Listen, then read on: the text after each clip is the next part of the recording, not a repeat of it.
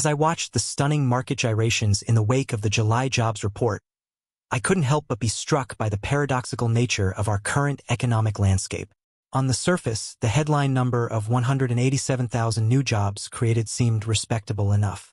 Not blockbuster growth, but steady forward momentum. And yet this mundane figure set off a chain reaction of volatility and confusion that exposed the deepening uncertainty surrounding the American labor market. The crux of the matter lies in that uptick in the unemployment rate to 3.7%, a half percentage point jump that belies the job growth number. Economists and analysts were sent scrambling for explanations, putting forth a litany of theories that ultimately raised more questions than answers. Were new immigrants failing to get absorbed into the workforce? Was it an anomaly caused by the impact of Hurricane Beryl? Or was this nascent sign of fraying in an economy that has shown remarkable resilience through the pandemic era? As the dust settled in the days after the release, the cacophony of opinions revealed the lack of consensus. The Federal Reserve officials trotted out their characteristic balanced language, with Mary Daly of the San Francisco Fed deeming the labor market reasonably solid. Her counterparts in Kansas City and Washington offered similar assessments, sounding notes of measured optimism. But look closer and you could see the furrowed brows. Austin Goolsbee in Chicago and Susan Collins in Boston, while cautioning against overreacting to 1 month's figures, highlighted the need to remain vigilant about potential weakness emerging. The very people charged with navigating this economy through choppy waters could not agree on whether the waves were growing or subsiding. Into this muddled picture stepped the economists and analysts, offering up their slate of predictions and hot takes.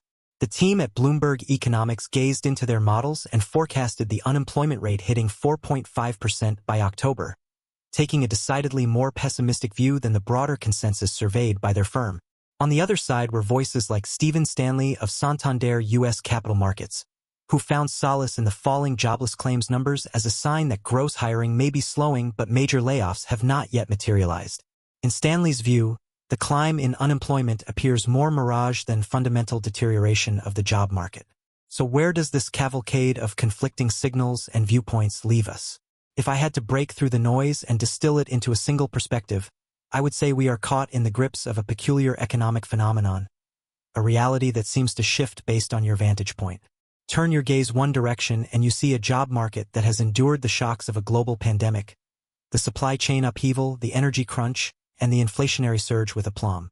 The unemployment rate remains low, the jobs engine continues adding workers, and many companies still clamor for talent. A picture of fundamental strength.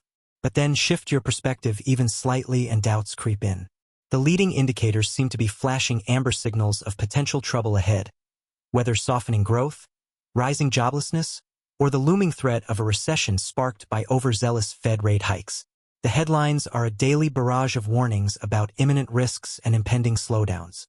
This dichotomy between measured labor data that seems to be holding up and the ominous narrative of approaching storms is part of what makes this economic moment so confounding. We are constantly being pulled between reassurances that all is well and siren calls about upcoming perils. As I type these words, I can already hear the retorts from those who would accuse me of overanalyzing, of seeing conflicts where there are none. The simple truth, they might argue, is that we emerged from a generational pandemic intact, the economy has proven resilient, and we should trust that resilience to power through any jitters in the job market. And to those critics, I would respond, you may be right. The scars of the past years have made me perhaps oversensitive to potential dangers, more attuned to discordant signals that could presage more traumatic economic upheaval.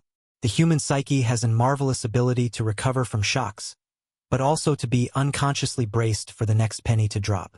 So in the warm analysis of the July jobs numbers and the labor landscape, my mind may be too eagerly surfacing any hints of instability, scanning for the potential potholes that could disrupt the path forward. It is the nature of the modern economic commentator to constantly be anticipating the next crisis, which is why I find myself continuously weighing the ledger of pros and cons.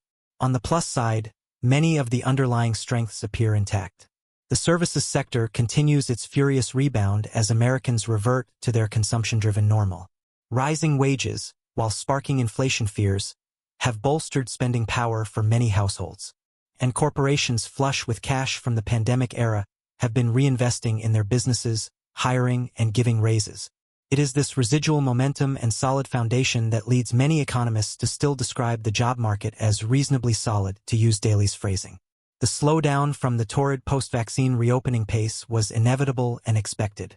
As the Wells Fargo team cheekily observed about the step back in inflation levels, remember inflation?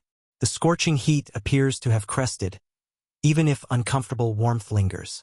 So by this view, the rise in unemployment is little more than the job market catching its breath. A mini hiccup that will prove temporary as the broader economic engine remains well-tuned, if not firing on all cylinders. The claims data underscores the lack of major layoffs, and plenty of job openings remain available for those jumping back into the labor pool. And yet, I cannot fully silence the skeptics whispering their warnings of more turbulence ahead. Not when you consider the litany of looming risks dotting the horizon, the specter of aggressive Fed over-tightening, the ongoing uncertainties with untamed inflation, the shocks rippling from Russia's war in Ukraine, and the perpetual menace of COVID's mercurial path. In this more ominous vantage, the rise in joblessness is merely the first tender shoot peeking through the economic soil, a harbinger that the year ahead will bring a more widespread withering of opportunities. The sanguine voices arguing for resilience will be exposed as too hopeful, too confident in outdated models that failed to account for our current slate of challenges. The Bloomberg prognosticators see the momentum already stalling and forecast that steady march toward higher unemployment continuing in the coming months. The 4.5% projection is hardly crisis territory, but it reflects an implicit belief that the negative forces are accumulating and the fortunes are shifting in a more perilous direction. This, in their view, is the opening salvo of an economic cycle taking a turn, bending away from the rosy glow of the reopening and moving back toward an all-too-familiar darkness. We've seen enough era-defining shocks in recent decades, the dot-com crash, the housing bubble carnage, the cataclysm of 2020, to be instinctively on guard for the next calamity. Those who adopt this lens point to the global risks enlarging on the radar. An emboldened Russia determined to weaponize its energy exports to inflict economic pain on Europe. A Chinese property market careening toward possible collapse that could contaminate growth and trade flows worldwide. The looming threat of stagflation taking root. A corrosive combination of stagnating growth and stubborn inflation that would leave policymakers walking a tightrope. These macro forces alone would be testing for any economy to navigate. But they arrive at a peculiarly fragile time, after the emotional and financial traumas of the pandemic era have left us as a society feeling bruised and unsettled. While the physical health emergency has faded, the psychological one endures, with consumers and businesses continuously scanning for nascent dangers that could trigger the next crisis. This unease shows up in the economic data with whiplash volatility. 1 month's upbeat hiring projections are swiftly erased by the next report of contracting output and rising joblessness. We vacillate between ebullience over cooling inflation and dread that the Fed's interest rate campaign could induce an agonizingly harsh downturn. We cannot decide if we should be cheering the resilience of the American job engine or bracing for a painful stall-out. Therein lies the peculiar paradox. We have been conditioned to expect an approaching storm, even as the skies remain defiantly clear for now. The July jobs report was a Rorschach blot onto which we projected our accumulated hopes and fears about the economic trajectory. For the optimists, it reinforced their belief in the enduring strength of the U.S. economy and its ability to withstand shocks. The 187,000 jobs added may have missed ambitious projections, but it was yet another month of forward progress, with unemployment remaining near historic lows. Through a tight labor market, rising wages, resilient spending, and the adrenaline boost of the reopening, the economy has regenerative powers. But for the skeptics, those same numbers hinted at the beginning of an unraveling. The jump in unemployment, however modest, was the first fissure in the crisis-defying growth story. And with inflation still capriciously elevated, the Fed being forced into increasingly aggressive rate hikes, and a confluence of global headwinds gaining force, this trio of headwinds threatens to squeeze the life out of the expansion. So which is closer to reality? The hopeful visions of an economy exhibiting impressive muscle memory in the face of adversity?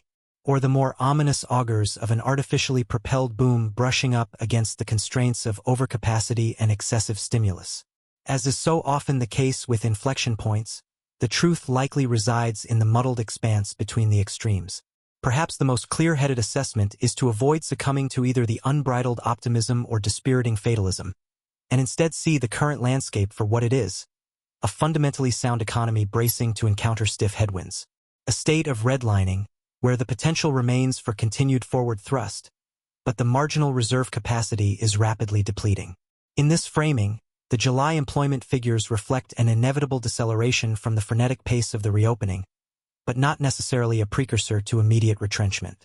The 528,000 jobs added in July 2022 was a white-hot number that could not be sustained indefinitely as the initial hiring frenzy subsided. The economy has downshifted from fifth gear into fourth, advancing at a more moderated tempo as companies catch their breath from the post-vaccine frenzy. This allows the labor market to find a new equilibrium at a level of job growth more consistent with historical norms. From that perspective, the uptick in unemployment is simply the byproduct of the job market transitioning to a more sustainable cruising speed after being floored to the vehicular limits. Such a moderation was not just expected but actively welcomed by the Federal Reserve. After pulling extended tours of duty on the economic emergency room frontlines, slashing interest rates, injecting liquidity through bond buying, backstopping entire sectors, central bankers have been openly rooting for a return to something approximating normalcy. An overheating job market and escalating wage price spiral was heightening the risks of a policy overcorrection down the line. So in the Fed's ideal glide path, a gentle cool-down phase allows them to gradually remove the ultra-accommodative policy punch bowl and chart a course back to an unchanged corridor of 2% inflation without inducing trauma.